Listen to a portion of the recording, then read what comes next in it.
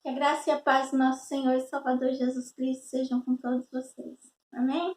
Preparados para mais um culto de aprendizagem da palavra do Senhor? Um culto de ensino, onde o Senhor certamente nos falará alguma coisa. Amém? Nos ensinará algo novo. Assim nós esperamos. O nosso estudo hoje é baseado em João, Evangelho de João, capítulo 8, versículos de 2 a 11 e depois o 15. Então, Evangelho de João, capítulo 8, versículo de 2 a 11 e depois 15. A palavra de Deus diz assim: Ao amanhecer, ele apareceu novamente no templo, onde todo o povo se reuniu ao seu redor, e ele se assentou para ensinar. Os mestres da lei e os fariseus trouxeram-lhe uma mulher surpreendida em adultério. Fizeram-na ficar em pé diante de todos e disseram a Jesus: Mestre, essa mulher foi surpreendida em ato de adultério. Na lei de Moisés, nos ordena apedrejar tais mulheres. E o Senhor o que diz? Eles estavam usando essa pergunta como armadilha, a fim de terem uma base para acusá-lo. Mas Jesus inclinou-se e começou a escrever no chão com o dedo. Visto que continuavam a interrogá-lo, ele se levantou e lhes disse: Se algum de vocês estiver sem pecado, seja o primeiro a atirar a pedra nela. Inclinou-se novamente e continuou escrevendo no chão. Os que o ouviram foram saindo um de cada vez, começando com os mais velhos. Jesus ficou só, com a mulher em pé diante dele. Então Jesus pôs-se de pé e perguntou: Mulher, onde estão eles? Ninguém a condenou? Ninguém, Senhor, disse a mulher. Declarou Jesus: Eu também não a condeno. Vá e abandone a sua vida de pecado. Versículo 15. Vocês julgam por padrões humanos. Eu não julgo ninguém. Né? Vamos entender primeiro a pegadinha? Os fariseus queriam acusar Jesus de alguma forma. Certo? Se Jesus fosse a favor da mulher, eles o acusariam de negligenciar a lei dada a Moisés.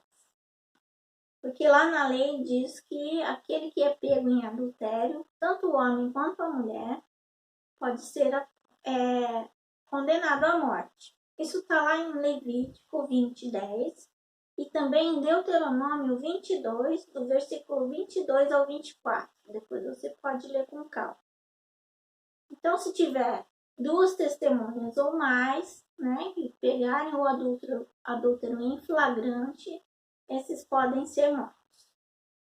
Já a lei romana não permitia a lei de morte. A lei romana só permitia a morte, a condenação à morte, caso fosse uma rebelião contra o rei. Né? Então, se fosse contra o rei, aí era passível de morte. Mas aí eu fico me perguntando, né? E nós? Onde nós ficamos nisso? Será que a gente condenaria aquela mulher? A lei diz que pode, né? A lei dada a Moisés diz que pode ser condenada à morte. Jesus ensinou que nós devemos cumprir tanto a lei de Deus quanto a lei dos homens. Por que nesse caso, então, seria diferente? Apesar da base na lei, de ter base na lei, Jesus também ensinava amor, compaixão e misericórdia. Não é mesmo? A lei, ela existe para colocar ordem nas coisas, né? Para estabelecer um padrão social. Nós vivemos em sociedade e é preciso ter algumas normas, algumas regras para que as coisas fluam de forma agradável a todos, né? No mínimo agradável. E a lei, ela só tem um caráter punitivo quando aquela pessoa não se enquadra nas normas, não se enquadra nas regras, né? Então, ninguém como eu vou dizer, ninguém é punido logo de cara com a pena máxima, né? Primeiro há um aviso, depois vem uma pena mais branda e vai aumentando e aumentando, né? Até se chegar à pena máxima, quando vê que aquele indivíduo não aprendeu nada com as anteriores. Não estou aqui defendendo o pecado e nem era o que Jesus estava fazendo, né? Jesus não defendeu o pecado daquela mulher. Muito pelo contrário, ele lhe deu uma segunda chance, né? Vá e deixe a sua vida de pecado. Isso é dar uma segunda chance. O Senhor, não para Deus, o homem morto não vale de nada. Ele quer o homem salvo. Amém? Como vimos no versículo 15, né? Jesus diz que ele não veio para julgar, mas sim para salvá-lo. Agora, se nem aquele que não teve pecado algum, se nem ele veio para julgar, que direito nós temos, né? Nós não podemos e não devemos também, né? Mas a gente às vezes faz. Queria só dar alguns exemplos. A gente julga o pastor que fechou a igreja por causa do decreto, né? Por causa da pandemia. A gente julga o pastor que fechou a igreja como covarde, que deixou as suas ovelhas para os lobos, né?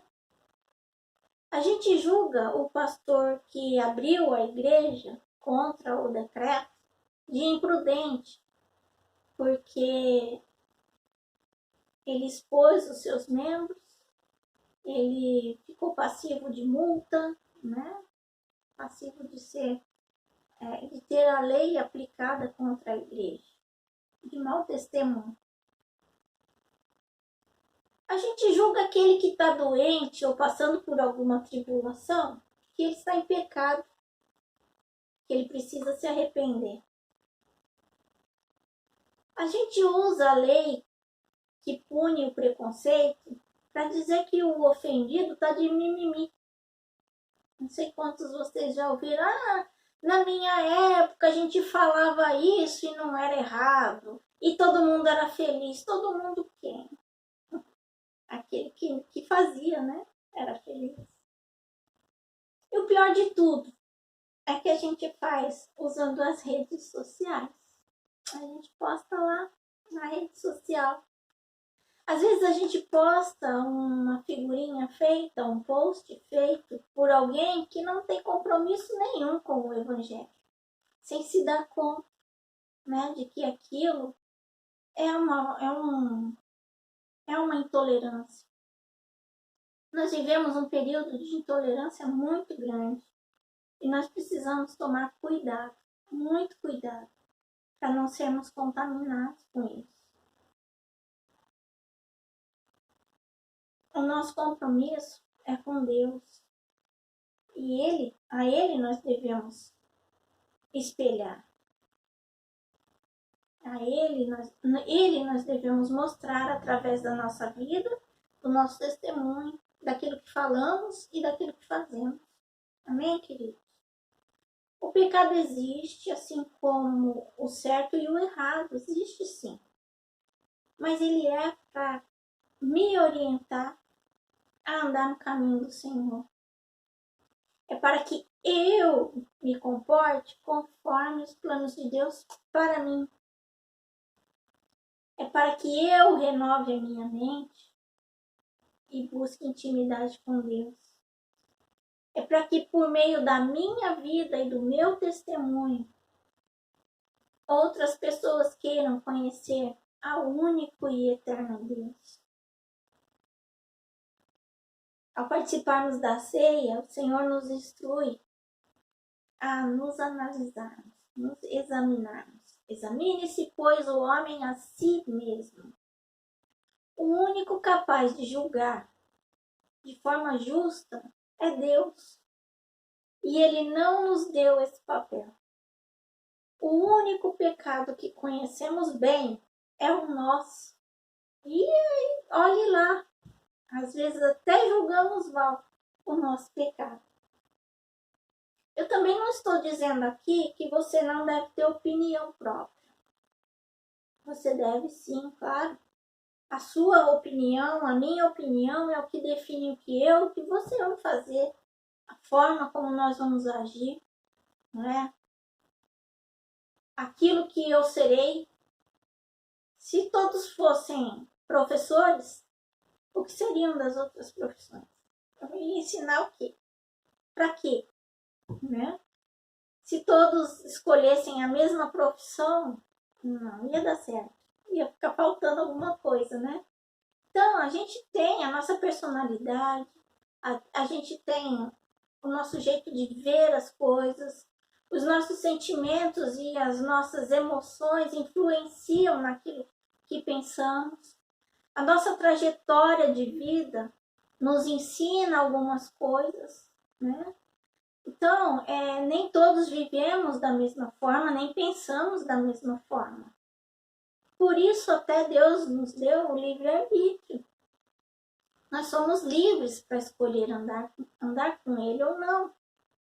Deus não nos fez robôs, Deus não nos fez iguais, né? Então, nós devemos sim ter opinião, nós devemos sim ter as nossas convicções, sem julgar a do outro, porque a visão do outro não é a minha visão. O querer, o saber, a experiência do outro não é a minha experiência, não é a minha visão. Gente, quando a gente fala, quando vem uma palavra de exortação, geralmente ela é mal vista, né? Porque ninguém quer sair da zona de conforto. Mas Deus é um Pai amoroso, né? Ele vem para ensinar, Ele vem para corrigir, porque Ele nos quer melhores, né? Para Ele mesmo. Né? Ele tem planos para nós, e assim como um pai, uma mãe, né? Ele também tem zelo por nossas vidas. Então Ele vem ensinar, e o que Ele ensina é com amor. E eu espero que você esteja vendo isso com os olhos de quem está recebendo, né, um alerta do Senhor. Um alerta para que você seja luz e não seja incômodo para ninguém nesse mundo. Mas essa palavra ela não é só de exortação. O Senhor Jesus, lá no versículo 15, ele diz que ele não julga ninguém, né? Ele não julga ninguém.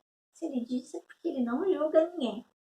Mas haverá sim o dia do julgamento. Mas ainda não chegou. O que chegou foi a chance de ir e deixar a vida de pecado. Vá e não peques mais. O que chegou foi o tempo de buscar a Deus. Buscar a salvação e intimidade com o Senhor. É tempo de buscar a vida abundante que Jesus menciona lá em João 10:10. É tempo de esquecer as coisas que ficaram para trás e seguir adiante, como nos instrui Paulo lá em Filipenses 3:15. É hora de olhar para Cristo e entender sua verdadeira missão aqui entre nós. Amém? Chegar uma hora que isso tudo vai passar, né? Mas essa é a hora de fazer isso. E eu escolhi alguns versículos ditos pelo próprio Jesus de qual era a missão dele aqui nessa terra. O que ele veio fazer quando se tornou homem. Né? Então, tem outras passagens, tem outros ensinamentos, mas eu escolhi vindas do próprio Senhor. Né? Então, tem lá, em Mateus 5,17, ele diz assim: não pensem que vim para abolir a lei ou os profetas. Não vim abolir, mas cumprir. Por isso Jesus é o nosso exemplo. Por isso somos chamados de cristãos. Todos aqueles que seguem a Cristo são chamados de cristãos. Porque Jesus, ele foi o exemplo perfeito, aquele que cumpriu, o único que podia cumprir a lei e os profetas. Em Mateus 9,13, Marcos 2,17, Lucas 5,32, todos na parte B, então, são os mesmos dizeres de Jesus. Diz assim: pois eu não vim chamar justos, mas pecadores ao arrependimento. Jesus não veio para aquele que acha que sabe tudo, que não precisa de nada, que é autossuficiente. Jesus veio para aqueles que querem se arrepender, para aqueles que querem ter uma nova vida nele, aqueles que querem caminhar em direção ao Pai, aqueles que buscam a salvação. Amém? Mateus 10,34 e Lucas 12,51. Não pensem que vim trazer a paz à terra. Não vim trazer paz, mas espada. Jesus não trouxe uma espada física, até porque ele nunca incitou, nunca apoiou a violência, né? Mas ele veio trazer a espada que nos ajuda a enfrentar o mundo espiritual, que nos ajuda a entender tudo aquilo que se passa ao nosso redor, para que possamos alcançar o Pai e enfrentar todas as dificuldades desse mundo. João 12,46. Eu vim ao mundo como luz, para que todo aquele que crê em mim não pereça nas trevas. Jesus não nos quer cegos. Jesus não nos quer sem saber das coisas. Ele veio abrir o nosso entendimento, dar um norte à nossa vida, um propósito, né? A nossa vida, ao nosso tempo aqui nessa terra. Amém? João 12,47. Continuação, né?